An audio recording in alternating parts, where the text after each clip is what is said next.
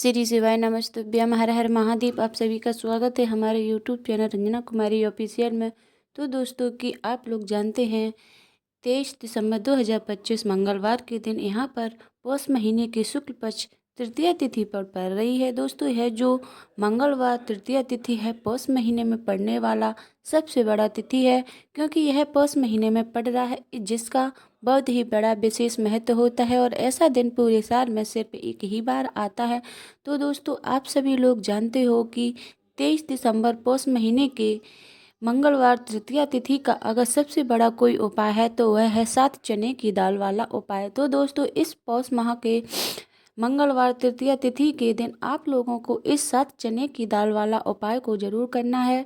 बहुत सारे लोग होंगे जिन लोगों ने इस उपाय को ना किया हो, मतलब पूरा साल निकल गया हो पर इस उपाय को ना किया हो, तो आप लोग इस दिन इस उपाय को कर सकते हैं। दोस्तों आपके पास एक आखिरी मौका बचा हुआ है जो कि इस तृतीया तिथि के दिन हो सकता है, तो आप लोगों को इस वाले उपाय को जरूर कर लेना है। भले ही आपने पूरे साल भर अभी तक इस उपाय को ना किया हो, पर अगर आपने इस पौष महीने के मंगलवार तृतीया तिथि के दिन अगर इस वाले उपाय को कर लिया तो आपको इस उपाय को करने का वह फल मिलेगा जिसकी आपने कभी भी कल्पना भी नहीं करी होगी। तो इसलिए आप इस वाले उपाय को एक बार जरूर कर लेना ताकि आप लोगों के हाथ से यह मौका ना जा सके और आपको इस उपाय को करने का फल मिल सके। दोस्तों यह उपाय पंडित जी ने अपनी अभी की ही शिव महापुराण कथा में बताया है, जिस उपाय को आज हम आपको बहुत अच्छे से समझाने वाले हैं। तो इस वीडियो को देखने के बाद आपको समझने के लिए आपको कोई और वीडियो को देखने की ज़रूरत नहीं पड़ेगी।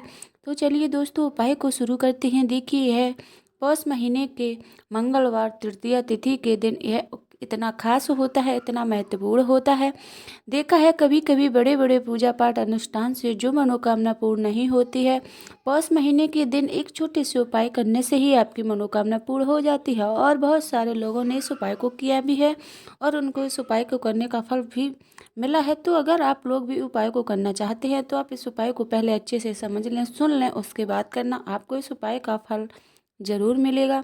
तो इस उपाय को कर लेने से आपके घर में चाहे किसी भी प्रकार की दुख समस्या क्यों ना चल रही है, आपको पता भी नहीं है किस कारण से यह समस्या चल रही है, उसका कुछ भी कारण हो सकता है, जैसे कोई दोष हो, प्रतिदोष हो, मंगल दोष हो, कुछ भी हो सकता है। इस दिनों के 7 चने की दाल वाला उपाय कर लेना। यह एक ऐसा उपाय है जिस उपाय को अगर आप किसी विशेष दिन पर किया जाए तो भाई उस विशेष दिन का तो इस उपाय का किया है तो हमें उसका भी फल मिलेगा। और अगर आपने इस तृतीया तिथि के दिन इस उपाय को किया तो हमें बहुत ही बड़ा फल मिलेगा। तो आपको यह उपाय जानना आवश्यक है। आखिर यह उपाय किस समय करना है, किसको करना है और कैसे करना है। तो देखिए आपको, अगर आप लोग हमारे चैनल पर नए हैं तो हमारे चैनल को सब्सक्राइब कर लेना और इस वीडियो को लाइक कर देना और कमेंट में श्री शिवाय नमस्ते ओम नमः शिवाय जरूर टाइप कर देना। तो दोस्तों इस 7 चने की दाल वाला उपाय को हमें इस मंगलवार तृतीया तिथि के दिन कैसे करना है, किसको करना है, किस समय पर करना और कहाँ पर करना है, तो यह सारे सवालों के जवाब आपको इस वीडियो में मिल जाएंगे।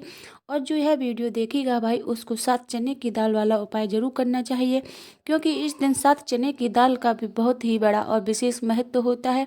और जब बात आ जाए 7 चने की दाल वाला तो सोने पर सुहागा वाली बात हो जाती है और यह एक बहुत ही बड़ा उपाय हो जाता है इस पौष महीने के मंगलवार तृतीया तिथि का। तो अब इस 7 चने की दाल वाला उपाय को आखिर करना किसको है, तो सबसे पहले हम लोग बात कर जान लेते हैं। तो देखो घर की जो बड़ी माता बहनें होती हैं उन माता बहनों में से कोई एक भी माता या बहन इस उपाय को कर सकती है। और दोस्तों अगर आप चाहे तो अपने घर के सभी सदस्यों को भी इस उपाय को करवा सकते हैं। अगर किसी व्यक्ति की खुद की कोई मनोकामना है, खुद की कोई दुख और परेशानी है जो कि वह अपने लिए ही करना चाहता है, तो इस वाले उपाय को वह खुद अपने लिए भी कर सकता है और बाकी अगर कोई और भी करना चाहता है तो वह अपने घर और पूरे परिवार के लिए सुख शांति के लिए कर सकता है इस उपाय को। तो यह भी कर सकता है, उसमें कोई भी दिक्कत वाली बात नहीं है। कहने का मतलब है इस उपाय को हर एक सदस्य भी कर सकता है और पूरे परिवार के सदस्य के लिए घर की बड़ी माताओं बहनों में से कोई एक माता या बहन भी कर सकती है। माताएं बहनें अगर घर में उपस्थित ना हो तो इस वाले उपाय को कोई भी बड़ा सदस्य कर सकता है। 7 चने की दाल वाला उपाय को कर सकता है, तो चाहे फिर वह पुरुष हो या कोई, उसमें कोई भी दिक्कत वाली बात नहीं है। तो 7 चने की दाल वाला उपाय को आखिर इस उपाय को हमें किस समय करना है, सुबह के समय करना है कि शाम के समय करना है। तो देखो, इस वाले उपाय को आप लोग सुबह के समय भी कर सकते हो और शाम के समय प्रदोष काल में भी कर सकते हो।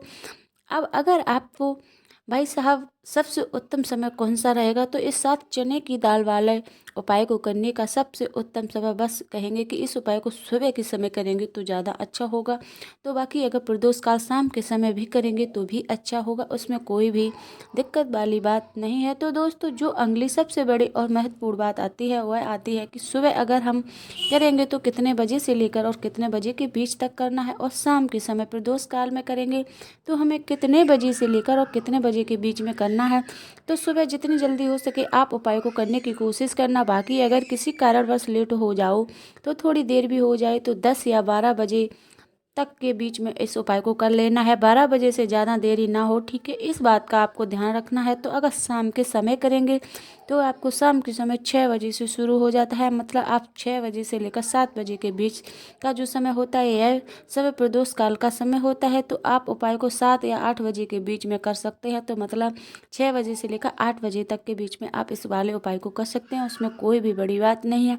तो देखो दोस्तों, आप सभी जानते हैं कि अभी पौष मास का पवित्र महीना चल रहा है और पौष मास के महीने में तृतीया तिथि की जो है 23 दिसंबर के दिन पड़ने वाली है। तो इसलिए 23 दिसंबर को मंगलवार तृतीया तिथि के दिन कर लेना इस 3 महा उपाय के बारे में हम आपको बताने वाले हैं। तो आप तीनों उपाय बड़ी ध्यान से सुनिएगा, बहुत ही प्यारे हैं और उपाय होने वाले हैं। तो 3 महा उपाय आपके बारे में हम बताते हैं, तो बिल्कुल एक एक करके हम सारे उपाय को समझेंगे। तो जैसा कि हमने कहा 7 चने की दाल वाला यह उपाय, इस उपाय को आपको करना है इसी दिन में। तो आप पहले समझ लो 7 चने की दाल है, ठीक है। चने की दाल खंडित नहीं होनी चाहिए और शनि की चैन की दाल जो है अभी व्यक्ति भगवान शिव के ऊपर सोमवार तृतीय तिथि या द्वितीय तिथि आप अर्पित कर सकते हैं। तो स्वर्ण ही भगवान शिव को अर्पित करता है। तो अगर यह स्वर्ण भगवान शिव ऊपर अर्पित नहीं कर सकता है तो नैन की दाल अर्पित करते हैं तो आपके जीवन का भाग्य जो है वह उदय हो जाता है। यानी कि पूज्य गुरु जी ने बिल्कुल सही कहा है कि अगर आप चने की दाल अर्पित करते हैं ना तो आपके भाग्य का उदय होता है, किस्मत चमकते गई होती है। तो आप किसी की सूखी लकड़ी वाला उपाय को करना है तो बस यही कहेंगे कि इस उपाय को आप सुबह के समय करें तो ज़्यादा बेहतर होगा। बाकी आप प्रदोष काल में भी करेंगे तो भी अच्छा होगा, उसमें कोई भी बड़ी बात नहीं है। तो आप दोस्तों, अगली सबसे बड़ी और महत्वपूर्ण बात आती है, तो यदि अगर हम उपाय करेंगे तो हमें कितने बजे से लेकर और कितने बजे के बीच में करना होगा। तो आप लेकर आपको शाम को समय भी कर सकते हैं और सुबह के समय भी कर सकते हैं। तो देखो, इसमें कोई सुबह जल्दी हो सके तो आप उपाय करने की कोशिश करना।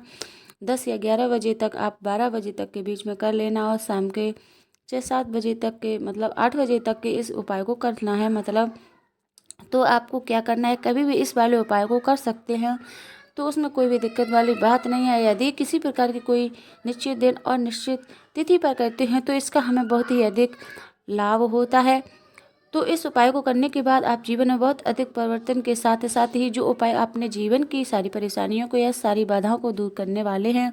तो देखिए दोस्तों, आज के इस पूरे ही वीडियो में हम आपको ऐसे उपाय बताएंगे जो आपको बहुत ही खास और बहुत ही ज़्यादा विशेष होने वाले हैं। तो चलिए दोस्तों, शुरू करते हैं गुरु जी द्वारा बताए गए पहले उपाय का बारे में शुरू करते हैं। तो पौषमा धन प्राप्ति उपाय, तुलसी की सूखी लकड़ी घर में रख देना, बहुत जल्दी करोड़पति बनोगे, पैसा पत्थर से बंदोरत बनोगे, बरसेगा। राधे राधे। दोस्तों, आपको किसी भी दिन तुलसी की सूखी लकड़ी का उपाय घर पर करना है और ऐसा समझ लीजिए कि तुलसी की सूखी लकड़ी का यह उपाय आपको बहुत जल्दी करोड़पति बनाएगा।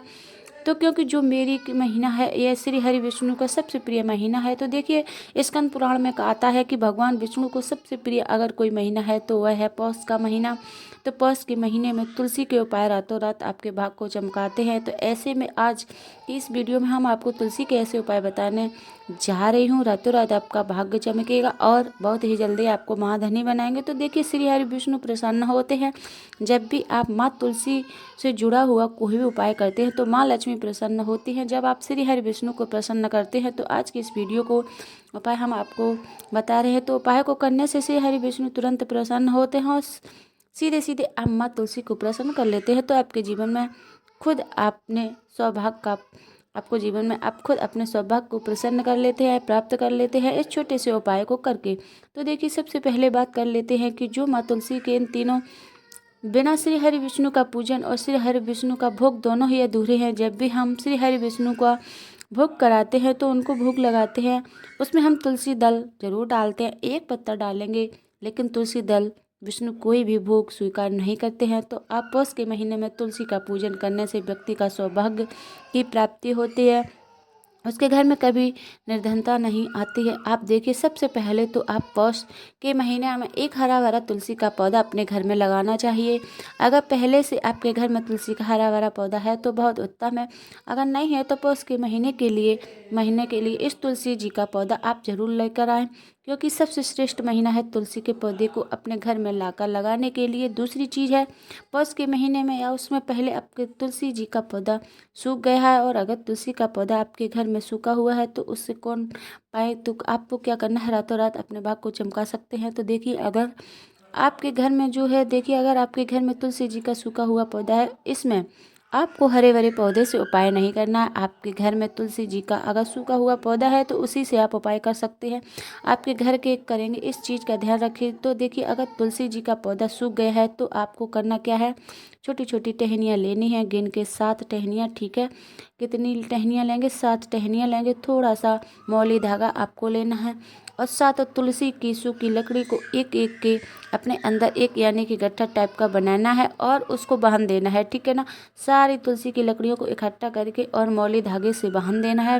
बांध देने के अलावा लपेट कर आपको क्या करना है, रौली का इस तुलसी की सूखी लकड़ी पर आपको करना है रौली का तिलक करेंगे।